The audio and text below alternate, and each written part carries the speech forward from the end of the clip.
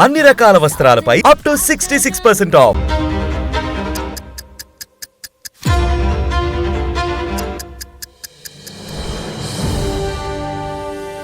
Donald Trump భారత వస్తువుల మీద E25% టారిఫ్ విధించారు. దీని వెనుక ప్రధాన కారణం ఏంటి? జనాలని సుంకాల ద్వారా వివిధ దేశాలను బెదిరించి బార్గెనింగ్ తీసుకురావడం, కాలబేరాన్ని తీసుకోవడం అనేది ట్రంప్కు ఒక వ్యాపారవేత్త కాబట్టి మొదటి నుంచి ఆయనకు అలవాటైంది. సో అమెరికా అధ్యక్షుడు సీట్లో కూర్చున్న తర్వాత ప్రపంచం మొత్తాన్ని కూడా శాసించవచ్చని ఒక భ్రమలో ట్రంప్ ఉన్నాడు. రష్యాతో చమురు కొనుగోళ్లు చేయొద్దని చెప్పడానికి అసలు ఆయన ఎవరు అన్నట్టుగా కూడా ఉంది పరిస్థితులు. ఒక క్లినికల్ డిజార్డర్ అండి అది. నిన్ననే సోహెల్ సేత్ అని చెప్పి ఒక బిజినెస్ మ్యాన్ కమ్ ఇన్వెస్టర్ ఆయన చాలా పచ్చిగా బహిరంగంగా మీడియాలో అన్నాడు, Trump is a presidential rogue అని. దాన్ని నేను ఎండోర్స్ చేస్తాను పర్సనల్లీ. మొన్న యుద్ధాన్ని నేనే ఆపించాను అంటూ కామెంట్స్ చేయడం, వీటన్నిటిని బట్టి ఆయన ఏమనుకుంటున్నాడు భారత్ ని? మొదట్లో ఆయన బెదిరించాడు ప్రపంచాన్ని, నేను శాంతి దూతను అన్నట్టు బిల్డప్ ఇచ్చాడు. ఆయనకి ఇప్పుడు నోబెల్ బహుమతి కావాలి అర్జెంటుగా. ఆయనకు నోబెల్ బహుమతి కావడం కోసము ఈస్ ట్రయింగ్. అందరికీ నమస్కారం, నేను Swaroopa Putlapalli. Welcome to Suman TV. భారత ఆర్థిక వ్యవస్థ డెడ్ ఎకానమీ అంటూ కామెంట్ చేసిన అమెరికా అధ్యక్షుడు డొనాల్డ్ ట్రంప్ కు ప్రధాని మోదీ స్ట్రాంగ్ కౌంటర్ ఇచ్చారు. ప్రపంచ ఆర్థిక వ్యవస్థగా మూడో శక్తిగా భారత్ పరుగులు పెడుతోందని ఆయన చెప్పుకొచ్చారు.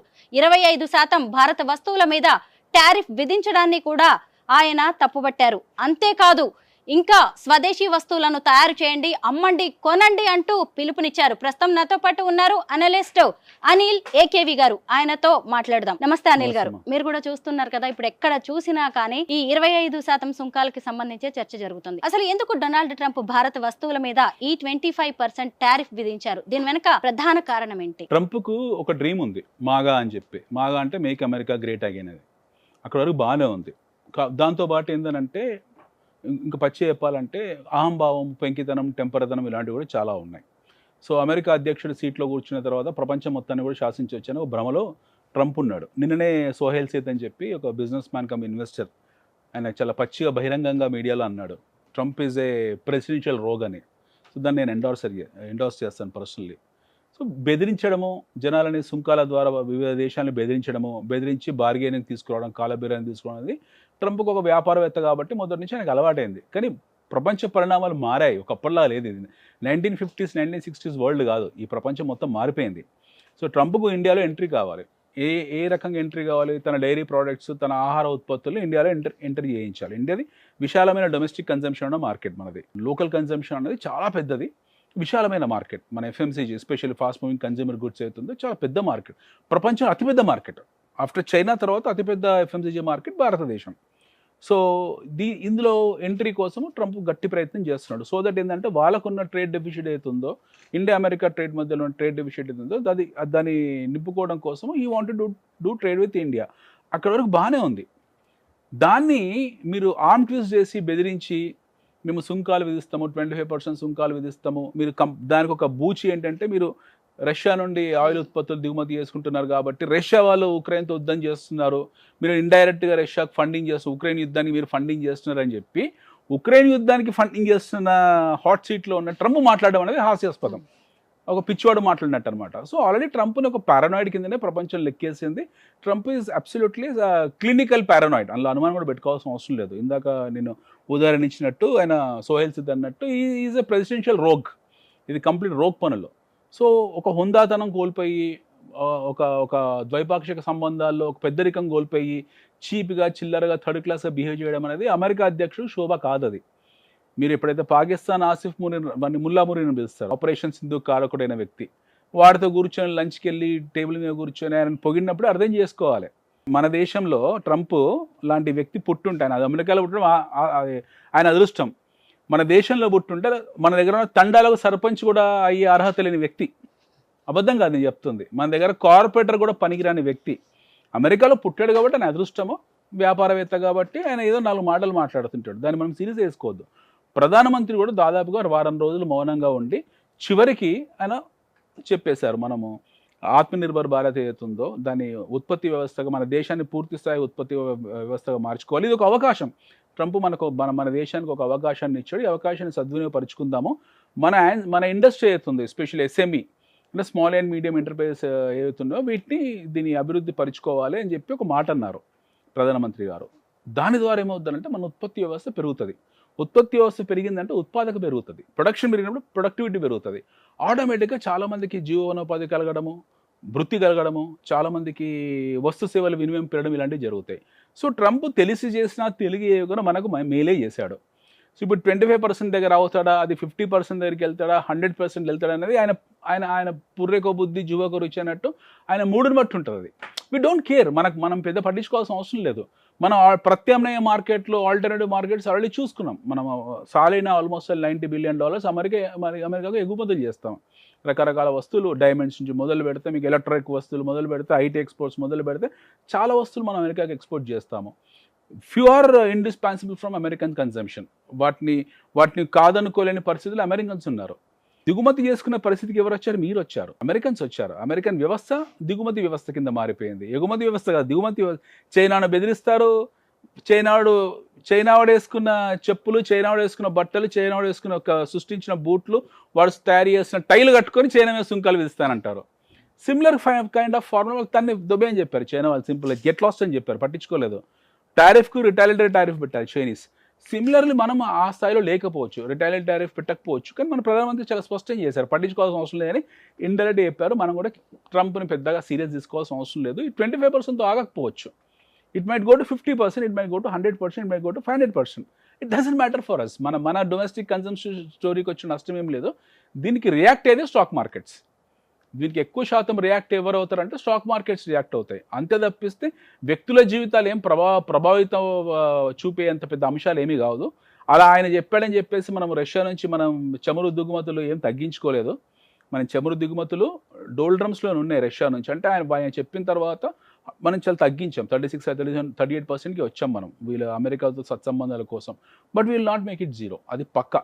అమెరికా తాటాకు చెప్పులకు భయపడడానికి భారతదేశం పాకిస్తాన్ కాదు, బంగ్లాదేశ్ కాదు. India is India. We are the 4th largest economy and we might surpass America over period of time. 2035కి 2040కి will hit around $25 to $30 billion అని స్వయంగా అమెరికన్ తాలూకు రీసెర్చ్ సంస్థలే చెప్పాయి. India will be a 40 trillion economy by 2040 అని చెప్పి వాళ్ళ బ్లాక్ రాకే అన్నది. అమెరికన్ బ్లాక్ రాక్ అంత పెద్ద సంస్థనే అన్నది. ఆ టైంకు ట్రంప్ ఇది భూమి మీద ఉండడు. ఆయన 80 ఏళ్ళ వయసు ఆల్రెడీ. ఇంకో 15-20 ఏళ్ళ తర్వాత ఆయన ఎందుకుంటాడు ఇక్కడ? ఇంకా 3 ఏళ్ళ తర్వాత ఈ will not be there. So వేరే ప్రెసిడెంట్ వచ్చి వేరే నిర్ణయాలు తీసుకుంటాడేమో. ఆయన రుచికరమైన నిర్ణయాలు ఆయన తీసుకుంటాడు. So no one cares Trump is a joke. Trump is an absolute joke. Trump గురించి మనం అసలు సీరియస్గా తీసుకోవాల్సిన అవసరం లేదు. 25% టారిఫ్ అనేది మనకి ఇమ్మెటీరియల్. ట్రంప్ చెప్పాడని చెప్పి చమురు దిగుమతులు మనం ఆపుకోము, మన దిగుమతులు అలాగే సాగుతాయి. ట్రంప్ చెప్పాడని చెప్పి వాళ్ళు విధిస్తున్న సుంకాలకు మనం భయపడేది ఏమీ లేదు. At the same time we will not make what you call hour farmers into a fry. మన రైతాంగాన్ని మనం ఇబ్బందులు పెట్టము. ఎందుకంటే దేశంలో దాదాపు 70% మన ఆర్థిక వ్యవస్థ పూర్తిస్థాయి రైతాంగం మీద ఆధారపడింది. 40 కోట్ల మంది డైరెక్ట్ ప్రత్యక్షంగా వ్యవసాయంలో ఉన్నారు. 40 కోట్ల జీవితాలను మనం ట్రంప్ కోసం త్యాగం చేయలేం కదా. వాళ్ళ పాల ఉత్పత్తులు, లేకపోతే ఆయన చీజు, ఆయన బట్టరు, ఆయన FMCG, ఆయన మిల్క్ ప్రోడక్ట్స్, ఆయన గోధుమలు, అవన్నీ మనకు అవసరం లేదు. ఆల్రెడీ అమెరికన్ వస్తువులు వచ్చి ఇండియాలో ఇప్పుడు మీరు స్వీట్ కార్న్ ఉంది, పనికి వాళ్ళ స్వీట్ కార్న్ వచ్చి మన దేశీవాలి కార్న్ని ఎంత దెబ్బతీసింది? ఒక sweet corn for example, American sweet corn అవుతుందో, వాళ్ళ యాపిల్స్ ఉన్నాయి, వాషింగ్టన్ యాపిల్స్ ఉన్నాయి, అది మన కాశ్మీరీ యాపిల్స్ ఎంత ఎఫెక్ట్ చేస్తుంది?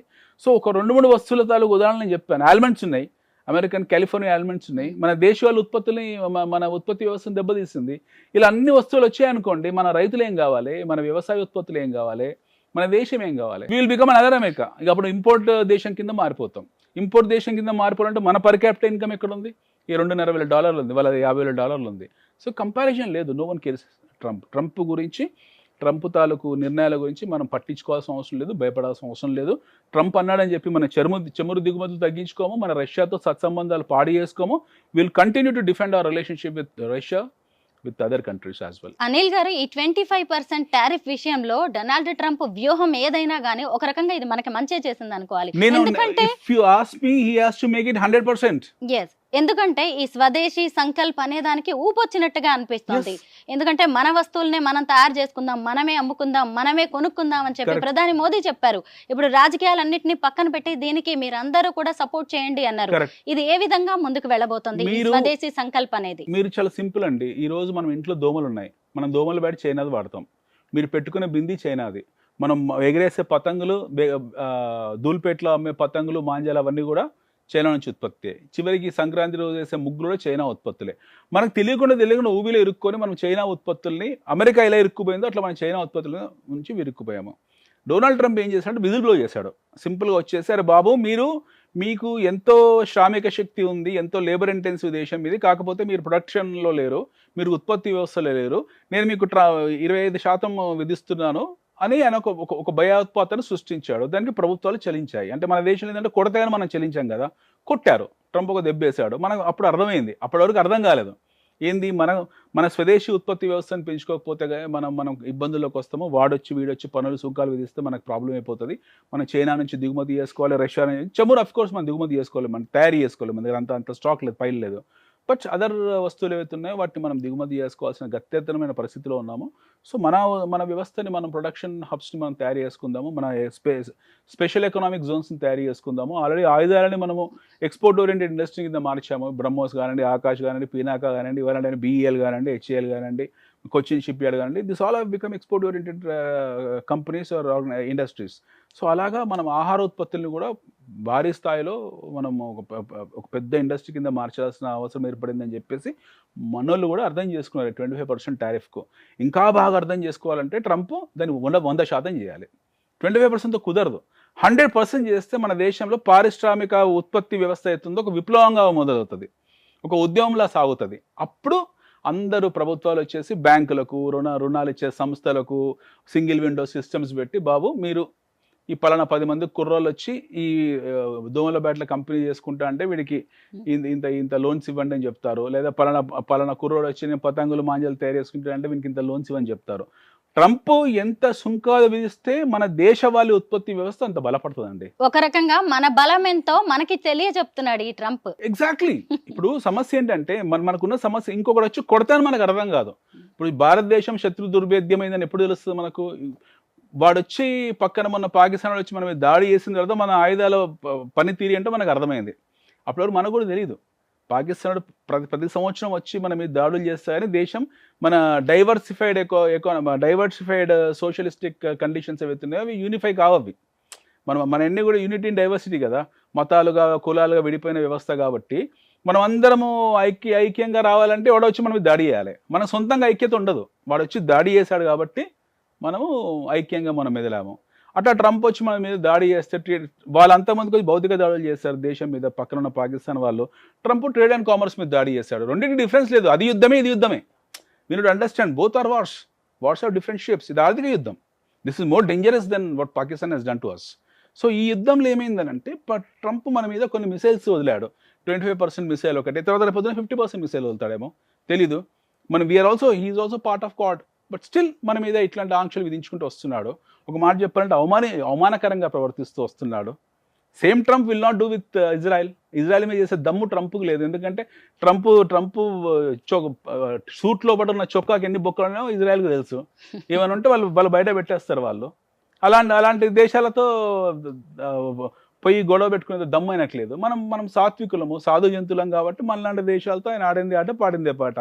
సో హీ హాజ్ దాన్ని విజిల్ బ్లో, మనకు వచ్చి విజిల్ బ్లో చేశాడు. బాబు మేము 25% మీకు విధిస్తున్నానని చెప్పి ఫైన్ 50%, 100% ఏ రోజైతే ట్రంప్ మన మీద ఆంక్షలు విధిస్తాడో అది మనకు బ్లెస్సింగ్.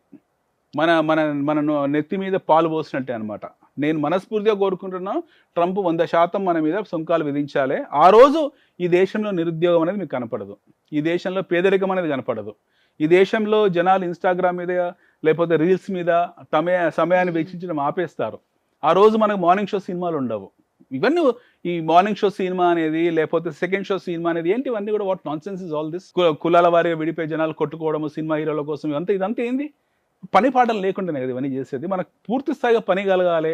2,500 మన పర్ క్యాపిటల్ ఇన్కమ్ $20,000 $30,000 వెళ్ళాలంటే ట్రంప్ మన మీద ఎక్కువ సుంకాలు విధించాలి. అప్పుడు కానీ ఒక ఉద్యమం లాగా, ఒక విప్లవం లాగా మనం పారిశ్రామిక పురోభివృద్ధి చెందలేము. అమెరికా ఫస్ట్ నినాదంతో అనేక షేకింగ్ డెసిషన్స్ తీసుకుంటున్న ఈ డొనాల్డ్ ట్రంప్ తనను తాను ఎక్కువగా ఊహించుకుంటున్నట్టుగా కనిపిస్తోంది.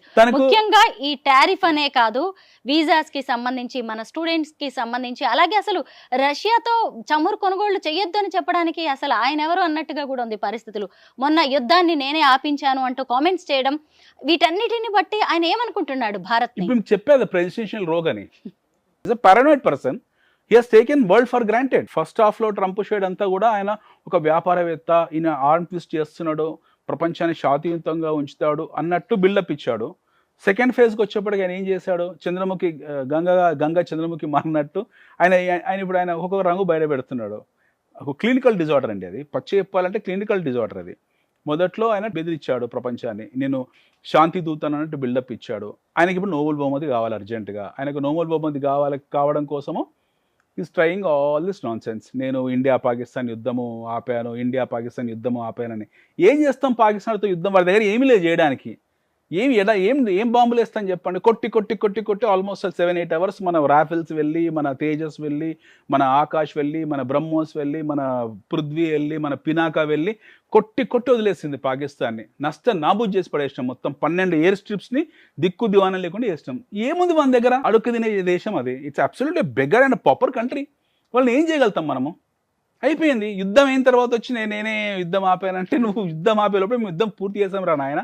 You have done this. Whatever the damage we could do, we have done. It's a loss of $20 billion economy, $20 billion to Pakistan. Pakistan మొత్తం కొలాప్స్ అయిపోయింది. ఇప్పుడు IMF ద్వారా 40 billion ఏదో బెయిల్అవుట్ ఇస్తున్నారు, దానివల్ల కోలుకోదు. So it's a gone case, అయిపోయింది. So ఆయనకు ఇది కావాలి అర్జెంట్గా. ఏంటంటే ఈ ఇండియా పాకిస్తాన్ ఆపాను కాబట్టి నాకు ఒక నోబెల్ బహుమతి కావాలి. ఉక్రెయిన్ రష్యా ఆపాలని ప్రయత్నం చేశాడు, పుతిన్ మాట వినడు, పుతిన్ దాడులు చేసుకుంటూనే పోతున్నాడు. So Ukraine Russia India Pakistan ఇట్లాంటి ఒక 3-4 యుద్ధాలు ఆపితే నాకు ఒక నోబెల్ బహుమతి వస్తుంది. నేను బ్రతుకున్నప్పుడే నాకు నోబెల్ బహుమతి ఇస్తారు. I'm happy in my life. నేను నా తదనంతరము నాకంటూ నోబెల్ పీస్ గ్రహీత అని చెప్పించుకోవడానికి ఆయన ప్రయత్నం ఆయన చేస్తున్నాడు, బారాక్ ఒబామా లాగా. బట్ అప్పుడు కండిషన్స్ వేరు, ఇప్పుడు కండిషన్స్ వేరు కదా. The problem is with Trump, the problem is no one is in so he has made this world into a mess. ఒకవైపు టారిఫ్స్ అంటాడు, ఒకవైపు యుద్ధాలు అంటాడు, ఒకవైపు ఆపుతున్నా అంటాడు, ఒకవైపు మీకు బలూచిస్తాన్లో ఇంటర్ఫేర్ అవుతాడు, ఒకవైపు కుర్దిస్తాన్లో ఇంటర్ఫేర్ అవుతాడు, ఒకవైపు టర్కీని ఏమన్నాడు, ఒకవైపు రష్యాలో ఇంటర్ఫేర్ అవుతాడు, ఒకసేపు డైరెక్ట్గా ఉక్రెయిన్ వాడికి డైరెక్ట్ నేను జెలెన్స్కీకి నేను డబ్బులు ఇస్తాను, వెళ్ళి నువ్వు దాడులు చేస్తావా మాస్కో మీద అంటాడు. He is involved into so much of mess. మీరు ట్రంప్ని ఒక సీక్వెన్స్ ఆర్డర్ కింద రాయాలనుకుంటే రాయడం చాలా కష్టం, అంత మెస్ అయిపోయింది లాస్ట్ 8-9 monthsలో. సో ఇప్పుడు ఆయన తదుపరి చర్యలు మన మీద ఎలాంటి ప్రభావం చూస్తాయంటే మనకు వచ్చే నష్టం ఏమీ లేదు. We're domestic consumption economy. మనకు సంస్థాగతంగా మన వస్తువులు మనం ఉత్పత్తి చేసుకుని కన్జ్యూమ్ చేసుకోగలుగుతాము. మనకున్న సమస్య ఓన్లీ చమురు మాత్రమే, ఎందుకంటే వాటి నిక్షేపాలు మన దగ్గర లేవు. మనము రష్యా నుంచో లేకపోతే ఇరాన్ నుంచో లేదా సౌదీ నుంచో కొనుక్కుంటాము.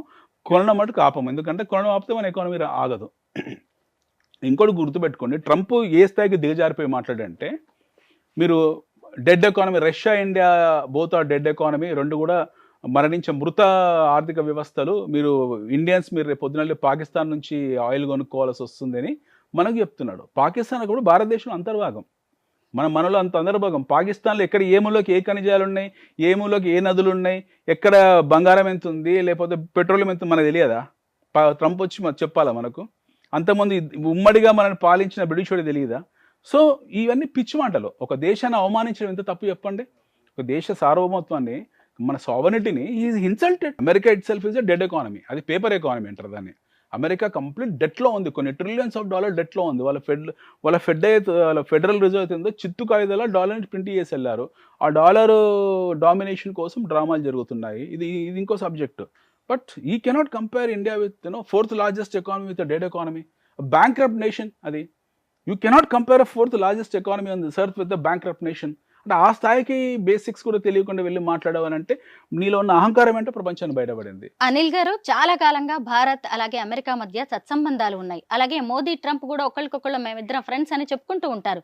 అయితే ఈ మధ్య కాలంలో జరుగుతున్న పరిణామాలను బట్టి వీళ్ళిద్దరి ఫ్రెండ్షిప్, ఈ స్నేహం అనేది బెడిసికొట్టే అవకాశం ఏమైనా ఉందంటారా? స్నేహాలంటూ ఏమి ఉండవండి. ఇక్కడ ఒక మీటింగ్ జరిగింది, ఆ మీటింగ్కి వెళ్ళారు, దావోస్కి వెళ్ళారు, కలుసుకున్నారు, ప్లేట్లు పట్టుకున్నారు, మాట్లాడుకున్నారు. ఆయనకి ఎన్నికల టైంలో భారతీయుల ఓట్లు కావాలి, ప్రవాస భారతీయులు ఓట్లు కావాలంటే మోడీ, హౌడీ మోడీ అట్లాంటి మీటింగ్ జరిగినప్పుడు నాకు మోడీ ఫ్రెండ్ అని చెప్పాడు. ఆయన అవసరాన్ని బట్టి చెప్పాడు. అమెరికా గుర్తుపెట్టుకోండి, అమెరికా ఒక క్యాపిటలిస్టిక్ ఎకానమీ. వాళ్ళకు శాశ్వత మిత్రులు, శాశ్వత శత్రువులు ఉండరు. అమెరికాకు ఉండేది అవసరాలు మాత్రమే. వాళ్ళ అవసరాలు, వాళ్ళ ఇంట్రెస్ట్ని బట్టి ఆ క్షణం వాళ్ళు రంగులు మార్చుకుంటూ మారుకుంటూ వెళ్తారు. మనలాగా ఒక పెద్ద చైతన్య స్రవంతి లాంటి సంస్కృతిపరమైన ఘన వారసత్వం వాళ్ళకి ఏమీ లేదు. అమెరికా ఒక పెద్ద కాలనీ, అది ప్రపంచంలో అతిపెద్ద కాలనీ. రకరకాల దేశాల నుంచి ఇంటలెక్చువల్స్ అందరూ వచ్చి ఒక కాలనీలాగా ఏర్పరచుకున్నారు. ఆ కాలనీకి పెద్ద ఈయన ట్రంప్. అంతే తప్పిస్తే దానికి ఏం సంస్కృతి, నాగరికత ఏమీ లేదు, మట్టి మాశానం అలాంటివి ఏమీ లేవు. సో వాళ్ళకు ఉండేవి ఇంట్రెస్ట్లు మాత్రమే. ఆయన ఈరోజు 25% అన్నాడు, ఆయన అవసరం తీరింది. రేపొద్దున 100 అంటాడు, లేకపోతే రేపొద్దున అసలు టారిఫే లేదంటాడు. రేపొద్దున India is the greatest country on this earth అంటాడు. మొన్న పాకిస్తాన్ ఆసిఫ్ నేను గ్రేటెస్ట్ పర్సన్ అన్నట్టు రేపొద్దున మనం మెచ్చుకుంటాడు. వాళ్ళ అవసరాలను బట్టి మాట్లాడతారు. వాళ్ళని మనం సీరియస్ తీసుకోవద్దు. No one takes Trump seriously. First thing, America is not a country to be taken seriously. అమెరికాని సీరియస్గా తీసుకునే స్థాయి అమెరికా కోల్పోయింది. అమెరికా అనేది సీరియస్ నేషన్ కాదు. రెండోది, ట్రంప్ అనే వ్యక్తి అసలు సీరియస్ వ్యక్తే కాదు. సో ట్రంప్ని కానీ అమెరికాని కానీ సగటు భారతీయుడు అసలు సీరియస్గా తీసుకోవాల్సిన అవసరం లేదు. మీకు అక్కడ 5 ఏళ్ళు 6 ఏళ్ళు 10 ఏళ్ళు పోయిన తర్వాత హైదరాబాద్ నగరం న్యూయార్క్ అని అందంగా తయారవుతుంది. పచ్చి చెప్తున్నారు, పొద్దున వాళ్ళ ఫెడరల్ రిజర్వ్స్ ఏవైతే ఉన్నాయో, వాళ్ళ ట్రెజరీ బిల్స్ ఏవైతే ఉన్నాయో, ఒక 10 ఏళ్ళకి ఎప్పటికో చిత్తు కాయిదాలు అవుతాయి. అవి అమెరికా బొచ్చ పట్టుకుని అడుగుంటుంది ప్రపంచ దేశాల్లో వీధుల్లో. అవి ఏ రోజైతే ఎప్పుడు మనం ఇలా అంటే ఏమంటారు దాన్ని, సాధ్యమా అంటారు. సాధ్యము. వెనిజులా లాంటి దేశానికి అమెరికా కంపారిజన్ చెయ్యను, బట్ సాధ్యము. అమెరికా ట్రెజరీ బిల్స్ అనే బాంబు మీద కూర్చుంది. దే ఆర్ సిట్టింగ్ అనే బాంబ్. అది ఏ క్షణం ఎప్పుడైనా పేలొచ్చి 10 ఏళ్ళలో అది పేలింది అనుకోండి, వాళ్ళు కూడా ఒక మామూలు థర్డ్ రేటెడ్ నేషన్ లాగా వెళ్ళి అడుక్కుంటారు, పాకిస్తాన్ లాగా. అలా ఆశీర్వాల్సింది ఏం లేదు. 100 సంవత్సరాల చరిత్రలో మనం ఎన్నో అగ్రరాజ్యాలను చూసాము, ఎన్నో పతనాలను చూసాము. చిన్న దేశాలు అగ్రరాజ్యంగా మారడం చూసాం, అగ్రరాజ్యాలు అడుగుతున్న దేశాలుగా మారడం కూడా చూసాము. సో ఇవన్నీ ఆశ్చర్యపోవాల్సిన అవసరం ఏమీ లేదు. అందులో 10 ఏళ్ళ తర్వాత అమెరికా ఈ స్థాయిలో ఉండదు ఖచ్చితంగా. మనలాంటి దేశం, భారతదేశము అగ్రస్థానంలో ఉంటుంది. ప్రాబ్లీ నెంబర్ 1, నెంబర్ 2 నేషన్ కాకపోవచ్చు, బట్ నెంబర్ 3 నేషన్గా మనం రిటర్న్ అవుతాము. And we're non island. మనం యుద్ధాలు చేసే వాళ్ళం కాదు, వారితో వీటితో అనవసరం గొడవలు పెట్టుకునే వాళ్ళం కాదు. సో ట్రంప్ అనే వ్యక్తి మనం బెదిరించినంత మాత్రం మనకు వచ్చే నష్టం ఏమీ లేదు. వాళ్ళు కూర్చున్న బాంబే అవుతుంది, అది ఎప్పుడైనా పేలొచ్చు. అండ్ ఈ H1లో లేకపోతే గ్రీన్ కార్డు మోజుల్లో అమెరికాలో ఎవరుతున్నారు ప్రవాస భారతీయులు లేదా ప్రవాసాంధ్రులు, వాళ్ళు ఐడి తీసుకోవాలి, ఇవన్నీ పట్టించుకోవద్దు. They should not care about all this. మళ్ళీ ఆయన అవసరాన్ని బట్టి ఆయన టక్కున వాళ్ళ నార్మ్స్ మార్చుకుంటారు. మేక్ అమెరికా గ్రేట్ కోసం నువ్వు ప్రపంచాన్ని ఇబ్బందులు పెడతా అంటే కుదరదు. ప్రపంచం ఒప్పుకునే పరిస్థితిలో లేదు. ఇలాగే అప్పుడు జర్మనీ చేయబోయింది. హిట్లర్ ఈరోజు చరిత్రలో లేడు. సో ట్రంప్ కూడా అలా చేయాలనుకుంటే ఆయన కూడా చరిత్ర ఆల్రెడీ లేదనుకోండి చరిత్రలో, but he will get in to trouble. ఈ టారిఫ్స్ అనేవి ఇంకా నేను విషయీకరించి మాట్లాడితే, ఇంకా అనలిటికల్గా మాట్లాడితే, టారిఫ్ బాంబ్ అమెరికాకు ఏ స్థాయిలో మెడకు చుట్టుకున్న ఉరికంబం అనేది చెప్తే మీరు ఆశ్చర్యపోతారు. ఇంకో ఎపిసోడ్లో మాట్లాడదాము. It is absolutely not you call, it's hang. అదొక అది ఏమంటారు దాన్ని, ఉరి. అమెరికాకే ఉరి అది, మిగతా దేశాలకు కాదు.